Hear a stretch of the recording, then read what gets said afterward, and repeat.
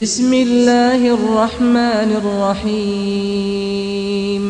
کیا جا رہا ہے تو آج بھی ہو رہا ہے۔ دعوت و تبلیغ کا کام مفید ترین کاموں میں سے ایک کام ہے۔ 100 دفعہ مانیں گے اور 100 دفعہ کہیں گے کہ جس کو موقع ہے وہ ضرور جائے، مگر ایک دفعہ بھی یہ بات نہیں مانیں گے کہ یہ جہاد ہے یا جہاد کی آیتیں اور حدیثیں اس پر صادق ہیں۔ ایک دفعہ بھی یہ بات نہیں مانیں گے کہ یہ صحابہ اور انبیاء یہی کرتے تھے۔ بالکل غلط بات ہے۔ صحابہ اور انبیاء اگر یہی کرتے تھے تو پھر مدرسے والوں کو بھی کہنے دو کہ انبیاء یہی کرتے تھے، اور خانقاہ والوں کو بھی کہنے دو کہ انبیاء یہی کرتے تھے۔ سارے مسلمان جو بھی کام کریں وہ سارا نبی کرتے تھے، یہ کوئی بات ہے؟ سب صحیح کام ہے۔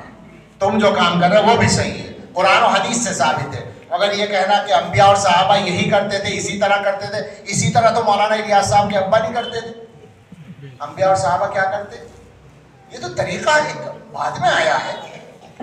ضرور جاؤ، ضرور کرو، مگر آدمی بن کر کرو۔ کوئی ضروری نہیں ہے کہ جو کام کرو اسے سب سے بڑا ہی ثابت کر کے کرو۔ دین کے سارے کام ہیں۔ اسی طرح سے مدرسوں والے یا خانقاہوں والے وہ بھی سمجھ لیں اچھی طرح سے کہ یہ کوئی بھی دعویٰ نہ کرے۔ غیر مسلموں میں تبلیغ کا کام کرنے والے، آج کل ایک طریقہ ہے، بعض لوگوں نے یہ دعوے کر رکھے ہیں کہ سب سے بڑا کام وہ یہ۔ عجیب مصیبت یہ ہے کہ جب تک اپنے کام کو سب سے بڑا نہ کہیں کام نہیں ہوتا۔ کیا ذوق بنا ہے ہم لوگوں کا؟ نقصان کر رہے ہیں ہم۔ میں جوش میں نہیں بول رہا ہوں، غصے میں نہیں بول رہا ہوں، کسی کے خلاف نہیں بول رہا ہوں۔ میں پہلے کہہ رہا ہوں سارے کام ضروری ہیں، اور خاص طور سے دوبارہ کہوں گا تبلیغ و دعوت کے کام میں بہت فائدہ ہے عام مسلمانوں کے لیے۔ جس کو موقع ہو ضرور شرکت کرے، حصہ لے، مگر یہ دعوے کرنے والے غلط ہیں بالکل کہ یہی دین کا کام ہے، یہی نبیوں کا کام ہے، یہی صحابہ کا کام ہے۔ ان کے کاموں میں سے ایک کام ہے جس کا خاص طریقہ اب چلا ہے، ٹھیک ہے، بہت اچھا ہے۔ تعلیم بھی ایک کام ہے نبی صلی اللہ علیہ وسلم کے کاموں میں سے۔ مدرسوں کی شکل بعد میں بنی ہے، تبلیغ و دعوت سے تو بہت پرانی ہے، اس تبلیغی جماعت کے کام سے تو بہت پرانی ہے مدرسوں کی شکل۔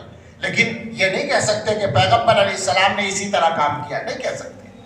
اور تزکیہ یہ پیغمبر علیہ السلام کا سب سے پہلا کام ہے، لیکن خانقاہوں والے یہ دعویٰ کریں کہ یہی طریقہ حضور کا ہے، بالکل غلط ہوگا۔